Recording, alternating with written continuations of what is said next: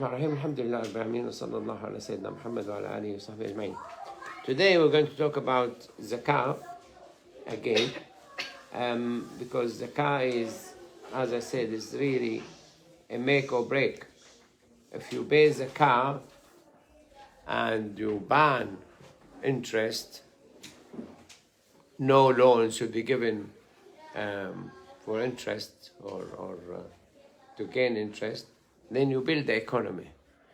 Otherwise, if you don't choose Zakat and you allow banks to flourish, not only there will be a lot of poor people in the country, there will be poor countries in the world, because there will be limited access to fund by the majority, and then the richness will only be restricted to the rich people and people who are credit worthy.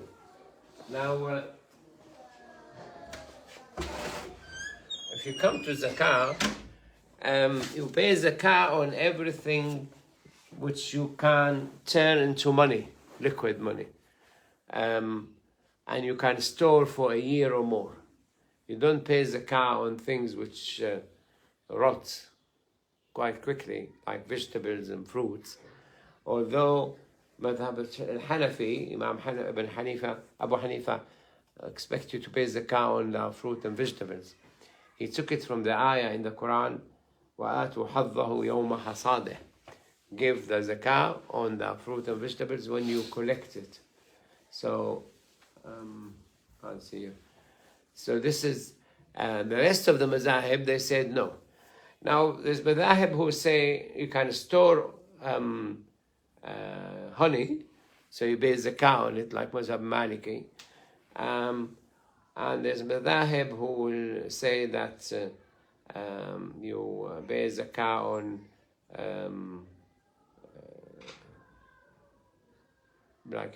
agricultural products, which is not listed under the Zakah. The majority of the Mazahib, they will ask you to pay Zakah on gold, silver, grain, maize, barley, raisin, because you can store rice. You pay Zakah on all the commodities you sell, whether it's cars or houses or shares, stocks in the market. If you trade in cars, you buy 50 cars a year and you sell 40 every year. So you have turnaround of cars. You pay Zakah on your stock. If you buy a house or houses and you rent them, you don't pay Zakah on the houses you own. If you buy houses and sell them, you pay Zakah. What's the difference between buying houses and selling them, or buying houses and renting them? While renting them, you don't pay Zakah. While selling them, you get Zakah. You pay Zakah. Why is that? Because when you buy houses and sell them, you're likely to be talking about hundreds of millions. You sell 20 houses a year, and every house is £400,000 and things. You're talking about really big money. When you buy 2 houses, 3 houses, and you rent them, you're not overturn your capitals. You don't, run your capitals. You might be able to sell 10 houses a month, or 1 month you sell 20 houses or 30 houses, depends if you are a building company. If you are selling cars, you're different than if you have cars you rent, because your income from the renting cars will be much less than selling cars. So it depends on how rich you are and how much money you have and what sort of business. But in short, any business which you can liquidate quickly and turn into money, you pay Zakah on it.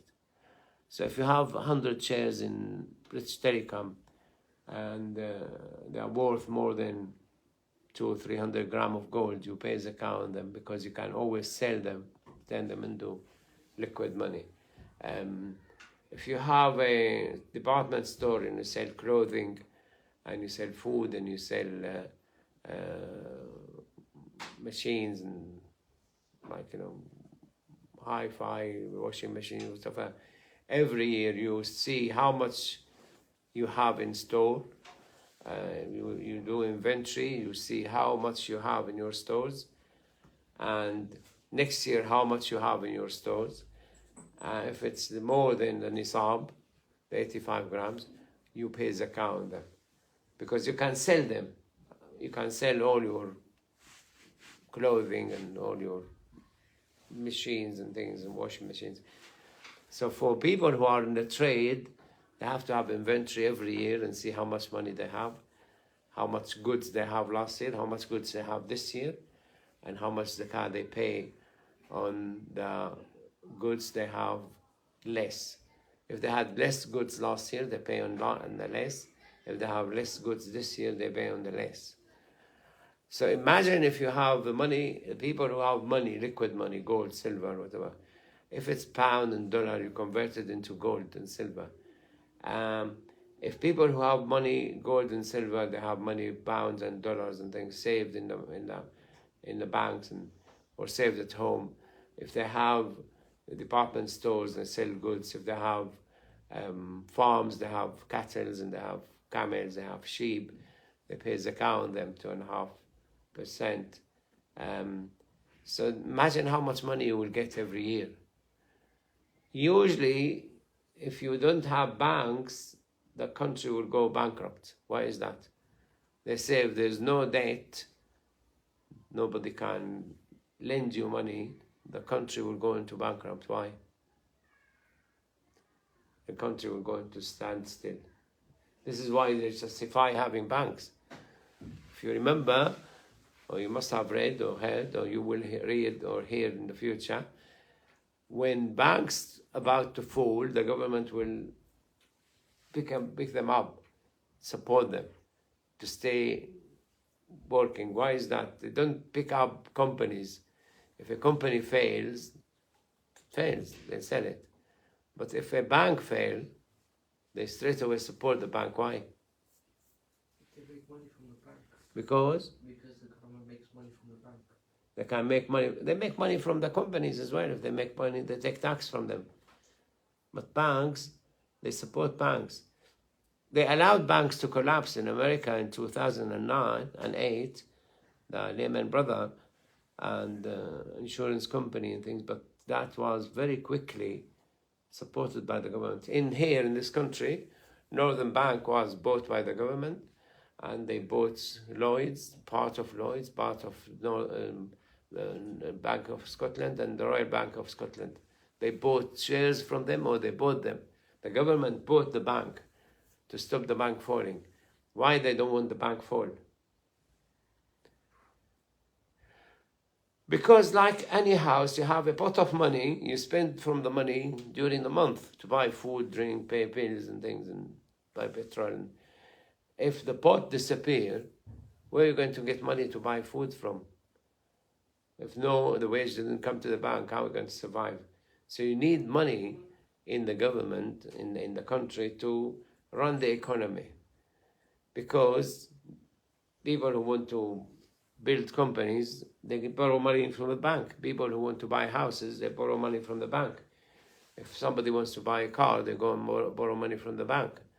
And they pay slowly and gradually on installments.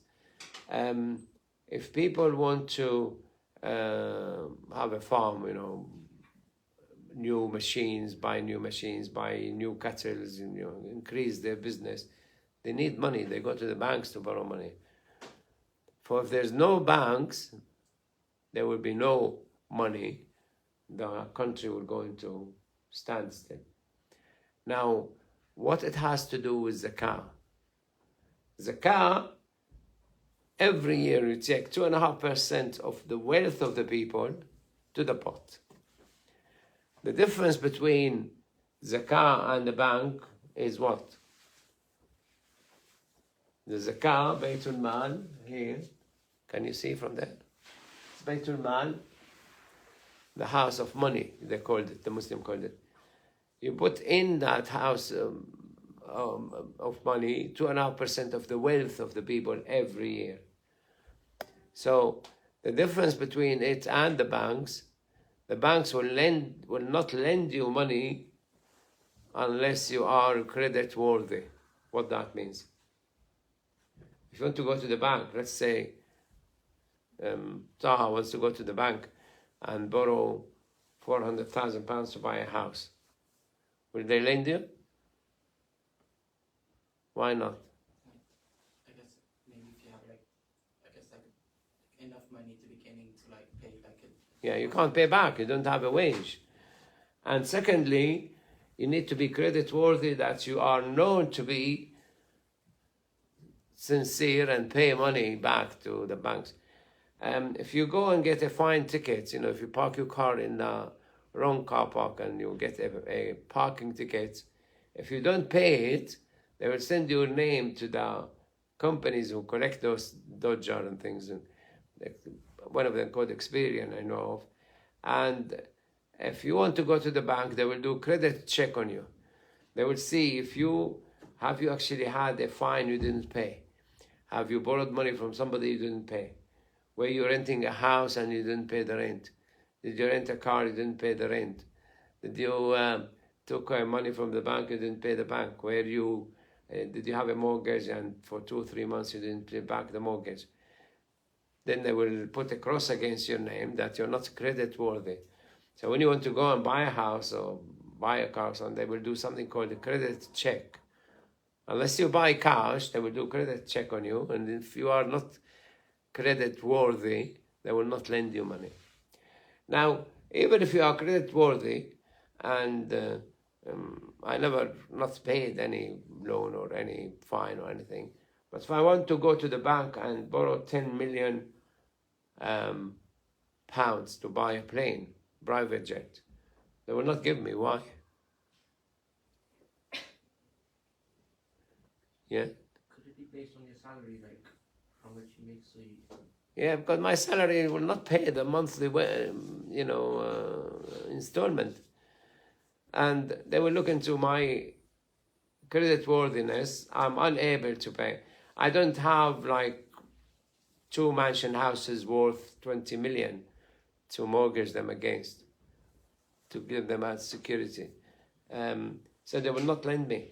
The rich, they can go, if Alan Sugar phone the company, there is if he phone a bank and he says, the company worth 50 million I want to buy, or I want to buy a jet tomorrow worth 20 million, will the bank give him or not?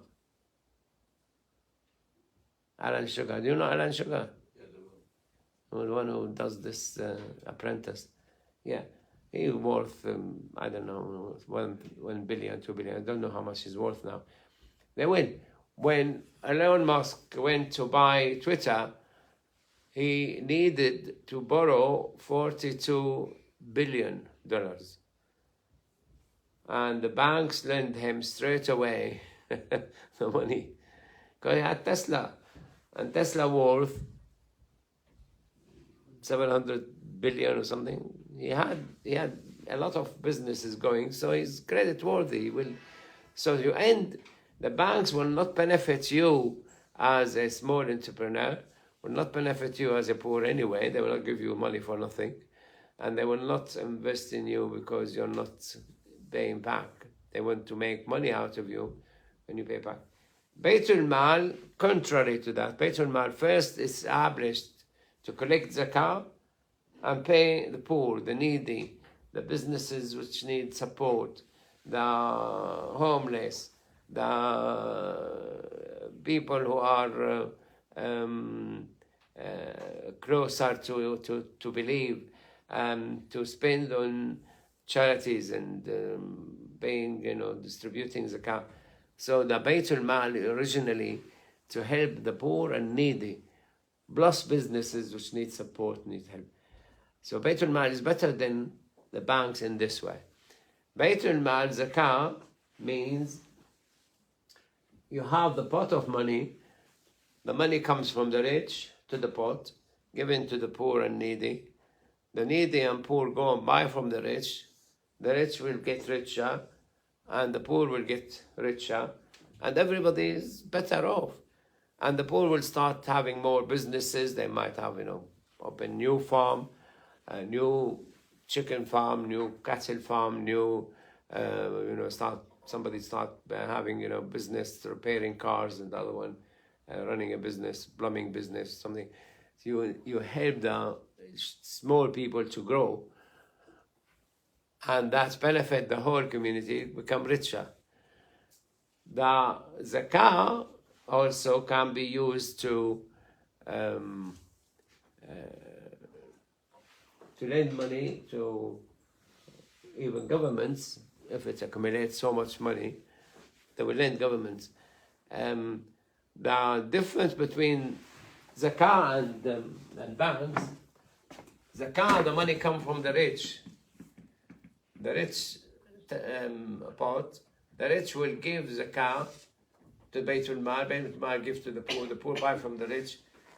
But the whole money is circulated between the rich and the poor and Baytul Mal. There's no increased money. You're not creating money. The same money. The banks, they don't have money. They get somebody deposit £100, they are allowed to lend £1,000 from nothing. So they don't have money, but they create money from nothing. What happened to the amount of money in the whole of the country? Will increase. When the amount of money increases, the value of the money drops. This is what we call inflation. The money amount inflates, its value drops. And they say, oh, the price is going up. It's not the price is going up. The value of your money is going down. So you buy less with your money. And secondly, there is something who offer money as well called IMF and World Bank. On the international level, they created something called International Monetary Fund and World Bank, and that will lend governments. They will lend them money. The countries put money, the rich country put money in this monetary fund, International Monetary Fund and World Bank, and they go to governments who are desperate for loans, or they have difficulty raising funds for their infrastructure, or they have a trade they want to support and fund. They borrow from the World Bank and IMF. Now, Donald Trump last week, he stopped funding the IMF. He doesn't want to fund. So a lot of countries will have no money to borrow from. But if that countries actually had Baytul Mal, Zakat, they will have always a pot full of money. Because imagine if you have the whole income of the world is $530 trillion. They pay Zakat on it, 2.5 trillion every year. Next year will be 5 trillion. Next year will be 7.5 trillion. Next year will be 10 trillion. So you have massive amounts of money available for business, for poor, for needy, for health, for education, for social care, for elderly care. Because they have, the pot is getting more money. When Zakat started, the time of Prophet Muhammad ﷺ, there were a lot of poverty. People were unable to find even the meal of the day. This is why Zakat al-Fitr, this is why the Qurbani is to provide the poor more money, immediate money.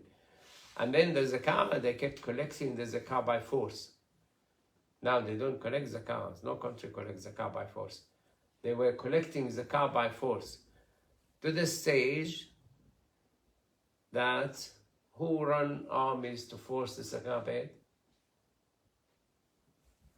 Abu Bakr as-Siddiq.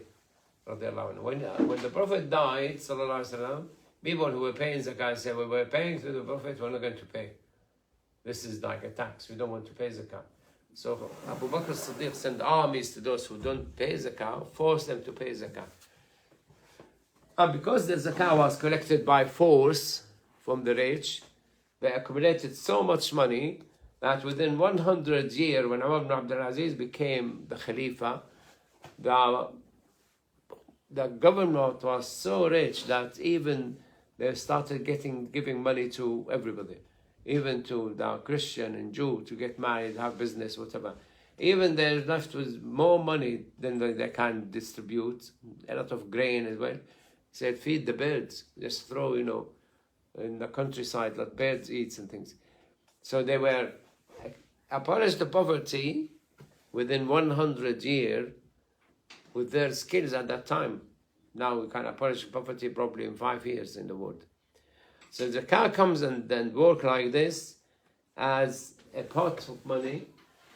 You don't pay interest if you borrow from Baytul Mal, because interest is haram in Islam. So whatever you borrow, you bring back. The good about it, that the value of your money will not drop. Why is that? In Baytul Mal, if zakah applied, the value of the money will not drop. Why?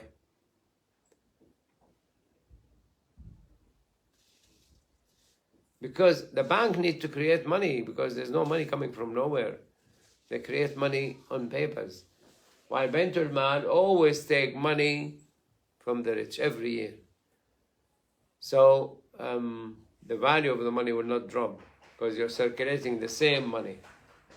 Will not drop in value. You're not bringing new money. You don't print money which doesn't exist. Now, in Syria, as an example, the government didn't have income. A lot of people left the country. A lot of companies stopped. There's no factories, and agriculture reduced.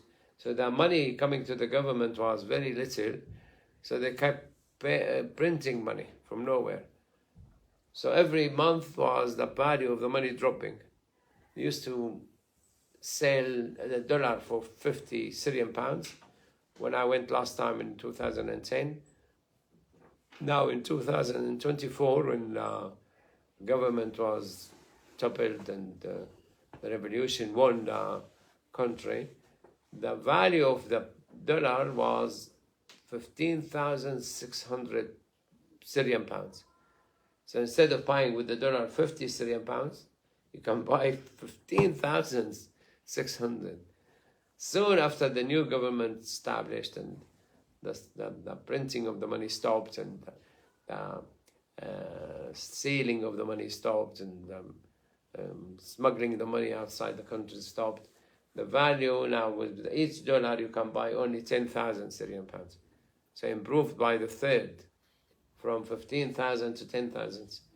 So in zakah, because there's no interest, because always new money coming from the rich to the pot, the value of the money remains as it is. And in Islam, we only consider the money as gold and silver.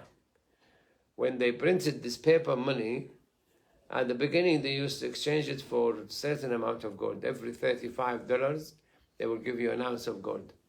And then in 1971, Richard Nixon cancelled the agreement. He said, you buy the gold, whatever the price in the market.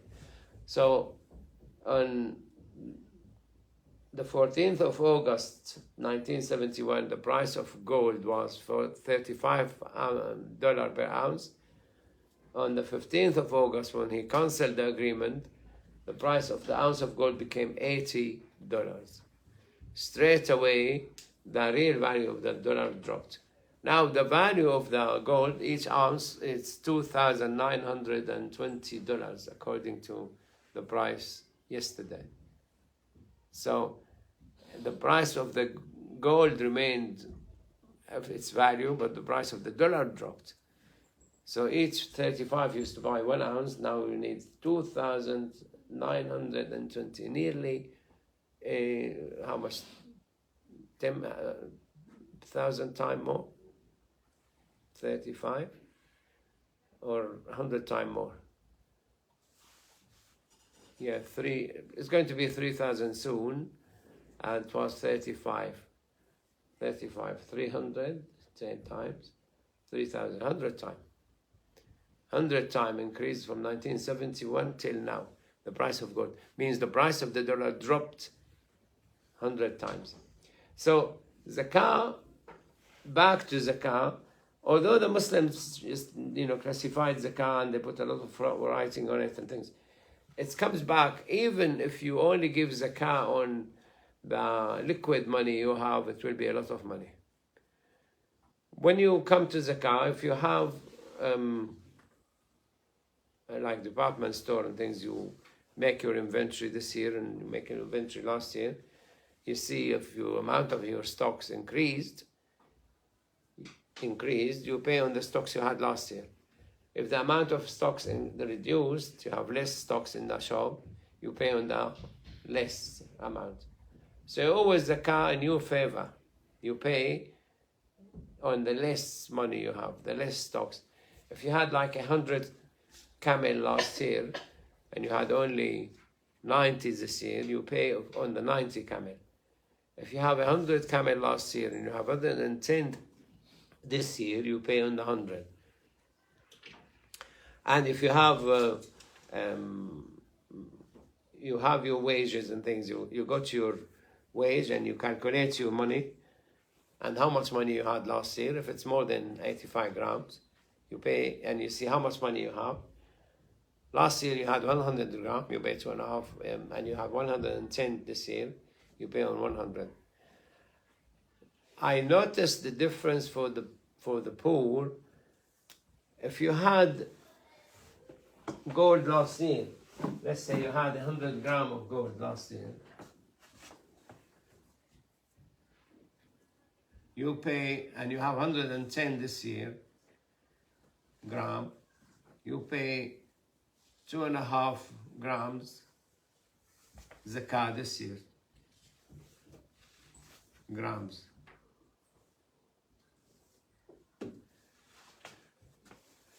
To buy the 100 gram of gold last year, it will be 55,000 pounds.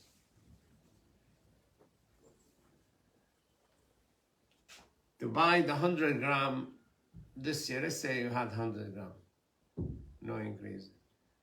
How much you pay? 7,000 pounds.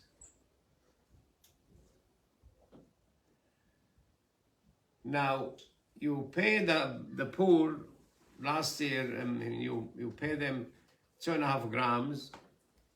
They go and sell it in the market, will be, the gram is 75, 150, nearly 183 pounds.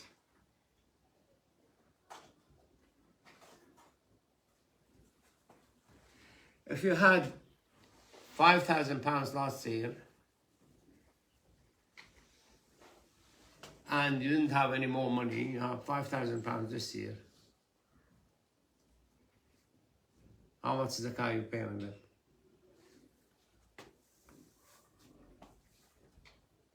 that? Very difficult. Now, the gram, we said it's 50 pounds last year.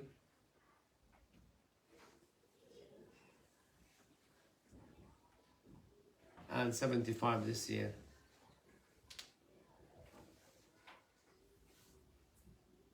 You end here, the 5,000 pounds will not buy you 85 grams. You will drop below the Nissan. So you pay 0%, 0 pound zakat. So who lost? Who lost here? You have 5,000 last year, pound. If it's the gram of gold stays as it is, you would have to pay. But the gold went up in price. So here you didn't lose any money, but the poor didn't get any zakah. If you have your money in gold last year, 100 gram, and you have the 100 gram this year, the poor will get 183 pounds. So which is better for the poor, that you store your money as gold or you store your money as pound? As gold. So this is why poverty increasing in the world, because they left the gold and silver as money and they're using the paper money. Paper money losing value. So the poor lost, government lost, banks didn't lose. They made money all the time. Why they make money? Even if the interest 2% or 1%, they still make money. Why is that? Because banks, they lend you money they don't have. So they might charge you 2% interest. They will pay the depositor 2%, let's say. They make no money from the £100, but they will make money from the 900 money manufactured by them, which makes them £18.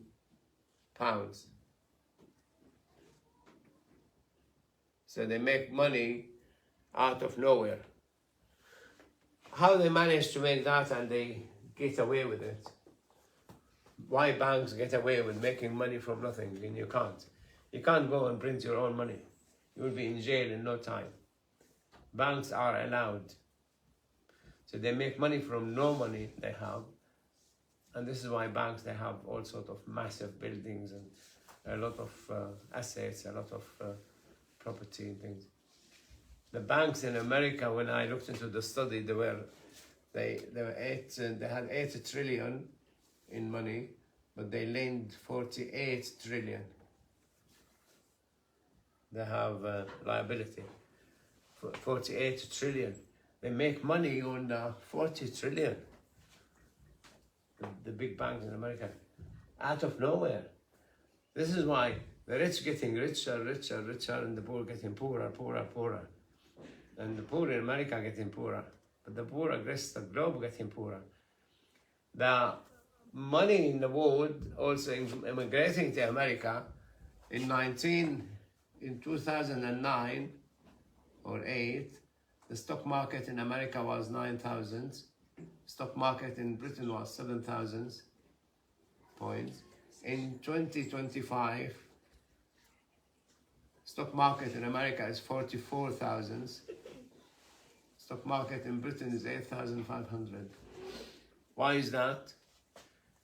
There's more money immigrating to America, buying their companies, and they're becoming richer. America now became so rich, they don't care about all Europe. Tough to Europe, tough to Ukraine. We want to do this, and we want to buy Gaza. This guy, could they have absorbed the money of the world? That's in Islamic based country will not happen. Because you don't rely on manufacturing money. You always have the value of the money protected, and you always grow. Because there's always money to make a new project. There's always money to. First, you wouldn't have any poor people because they would be having enough money. They can have businesses, they can have houses, they can have cars and washing machine things. The very basic things you learn in school when you are 5, the pillars of Islam is 5: Shahada, Salah, Sawm, Zakah, Hajj. Basic teaching, but that each one of them could make or break. If you take Zakah, like we're saying, the whole country will be rich and richer and richer and richer. If you take Sawm, the whole country will be happy. You're treating people, with the fasting. You're unifying families, unifying communities with the fasting. If you take Hajj, you have people going to Hajj on preparing for the Day of Judgment. They are standing there in Arafat, like when you stand in the Day of Judgment for accountability, for being judged. So you protect yourself from the hassle of Day of Judgment. You will go straight from the grave to Jannah. You don't have to worry about, and Allah will make waiting for you very short. You're just like, a picnic. You had a question, Farah? You had a question? You raised your... Yeah. So you go back to the book. I really need you to read all about Zakah. The religious aspect of it is to how to apply Zakat to yourself, to your family. And it talks about the definition of Zakah. And he brought the ayah from the Quran and a couple of hadiths. Then he brought a lot of ayahs and hadith on encouraging people to pay Zakah and how much reward you will get. And what's the punishment going to be if you don't pay Zakah? And he used 3 pages on Zakah. And then he will talk about who pays zakah, what's the penalty for not paying zakah, who have to pay zakah, and he goes to children, do they have to pay zakah, or mentally ill, and if somebody died without paying zakah, what happened, and when the time to pay zakah, and what's the dua for zakah, and then he will list how much zakah you pay for what. And then he mentioned the industrial estate and department stores and people who have gold and silver, and then talk about loans, and talk about which gold you pay zakah for or which not, and what's the zakah on trade, what's the zakah on the agriculture and industry. And this is a good reading, really. So that bit is not in the book. What I'm talking about, Baitul Mal, and how zakah will make you and make your country richer, is not in the book, but it's something you need to take from me and digest. On your way out, I need to stamp number 85. Sallallahu